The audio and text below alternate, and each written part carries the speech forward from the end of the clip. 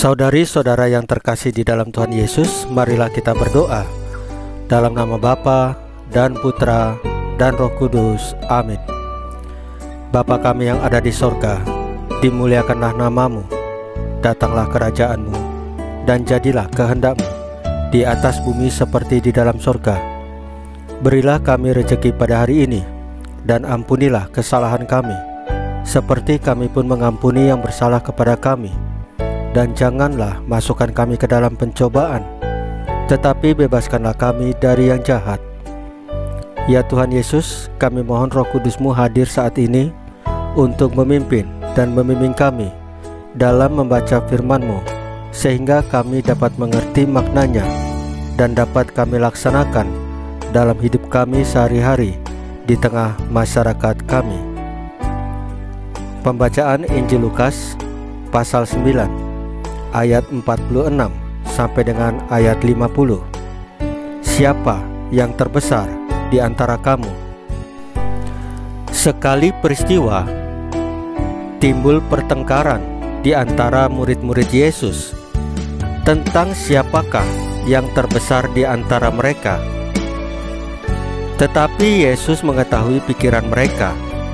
Karena itu, Ia mengambil seorang anak kecil dan menempatkannya di sampingnya, dan berkata kepada mereka, "Barang siapa menyambut anak ini dalam namaku, ia menyambut aku. Dan barang siapa menyambut aku, ia menyambut Dia yang mengutus aku. Karena yang terkecil di antara kamu sekalian, dialah yang terbesar." Yohanes berkata, "Guru, kami lihat seorang mengusir setan demi namamu. Lalu kami cegah orang itu, karena ia bukan pengikut kita." Yesus berkata kepadanya, "Jangan kamu cegah, sebab barang siapa tidak melawan kamu, ia ada di pihak kamu." Demikianlah sabda Tuhan. Terpujilah Kristus. Saudari-saudara yang terkasih di dalam Tuhan Yesus, di dalam Injil hari ini dikatakan, "Karena yang terkecil di antara kamu sekalian, dialah yang terbesar." Yesus mengambil seorang anak kecil untuk meleraikan pertengkaran yang sedang terjadi di antara para murid. Mereka bertengkar karena hal yang sederhana, yaitu mengenai siapa yang terbesar di antara mereka. Mengapa Yesus mengambil seorang anak kecil?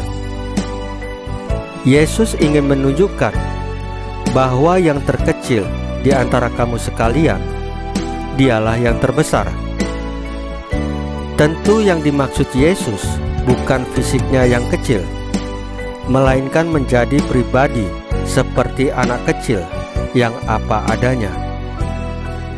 Ia mau terbuka dan jujur di hadapan orang yang selalu ada bersamanya, yaitu keluarganya. Anak kecil tentu tidak bisa mengandalkan dirinya sendiri dalam situasi apapun, tetapi ia selalu mengandalkan ayah dan ibunya. Inilah yang diinginkan Yesus untuk menjadi yang terkecil, yaitu menjadi pribadi yang apa adanya di hadapan Allah.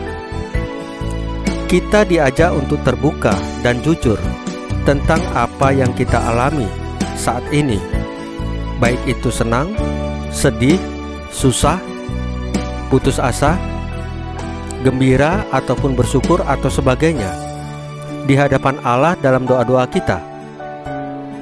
Dalam kondisi apapun itu, kita senantiasa diajak untuk mengandalkan Tuhan Yesus, karena Dialah sumber kehidupan kita.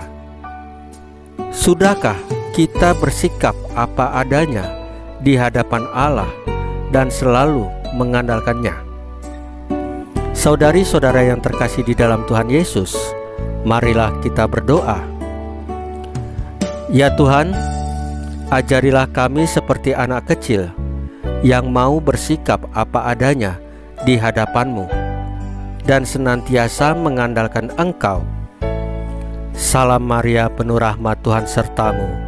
Terpujilah engkau di antara wanita, dan terpujilah buah tubuhmu Yesus. Santa Maria Bunda Allah, doakanlah kami yang berdosa ini, sekarang dan waktu kami mati. Ya Tuhan Yesus, tambahkanlah iman kami hanya kepadamu saja, karena Engkau adalah Tuhan dan Juru Selamat kami satu-satunya, tidak ada yang lain. Dalam nama Bapa dan Putra dan Roh Kudus. Amin.